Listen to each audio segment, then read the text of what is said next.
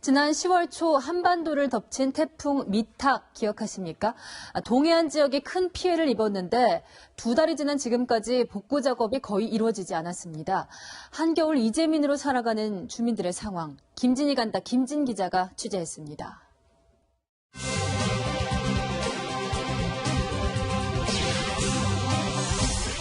제가 있는 이곳은 지난 10월 태풍 미탁이 휩쓸고 간 강원도 삼척의 한 마을입니다.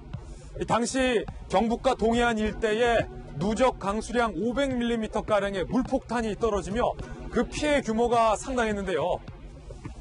보시는 것처럼 침수와 매몰로 파손된 집들도 상당했는데 2달이 지난 지금까지 아직 기둥조차 세우지 못한 집도 있습니다. 태풍의 상흔이 아물지 않은 그 피해 현장을 직접 찾아가겠습니다.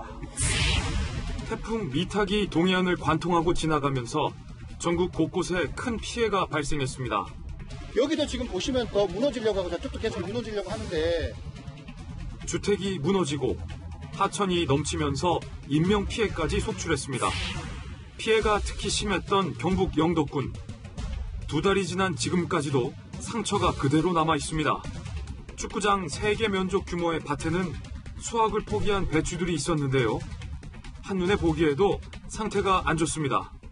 거의 수확 못했다고 해도 못해요. 한 90% 손해보고 지금 20% 손해요.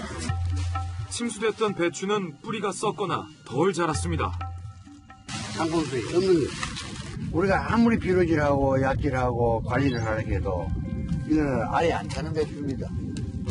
추수를 앞둔 논에도 강물이 덮쳤습니다. 애써 키운 벼는 모두 쓰러져 흙에 파묻혔습니다. 힘들게 일군 논은 갯벌처럼 변했습니다. 물 빠진 논 위에 진흙이 60cm 높이로 쌓이는 바람에 다시 논을 일구기도 어렵습니다. 논밭에 쌓인 흙과 나무를 치워달라고 요청했지만 군청은 검토 중이라는 말만 되풀이합니다. 어느 농가에도 지원이 되고 농가에 지원 안 되고 하면 또 문제가 행정상의 문제가 또 있지 않습니까? 내부 검토 중에 있고 일단은 쉽게 말씀드릴 수 있는 상황은 아니에요. 영덕군의 또 다른 마을.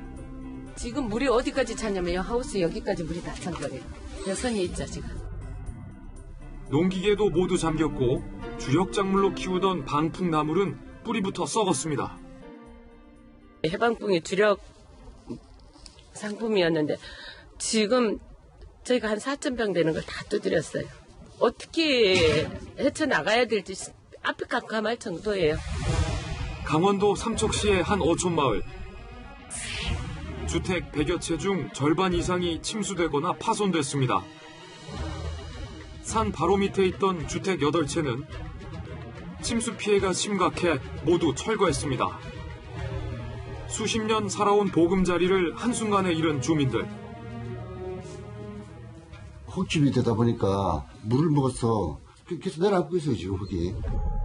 50년 살아온 집이 사라졌습니다. 그대로 요런 마당 아무것도 없어요. 근데 여기만 이렇게 나와보면 마음이 아파. 태풍이 지나간 뒤 깊은 상처만 남았습니다. 이재민들은 급하게 준비한 조립식 주택에 살고 있습니다. 녹가지를 보내고 오셨기 때문에 올라가시기 바랍니다. 간신히 몸만 빠져나온 주민들은 옷 한 벌이 아쉽습니다. 집도 절도 없고 하는데 진짜 옷도 다 지금 얻어 입어 있어요.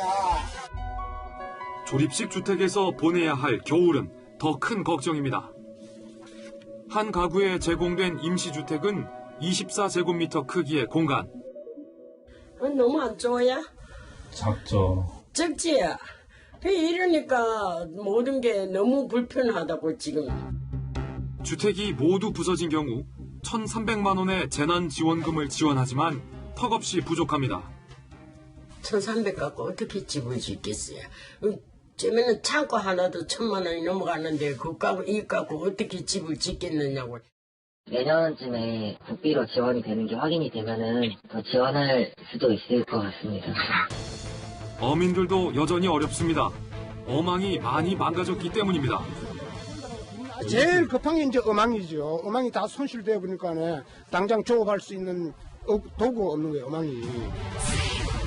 태풍이 지나간 지 벌써 2달 넘게 지났고 국민들의 기억 속에서도 사라지고 있습니다.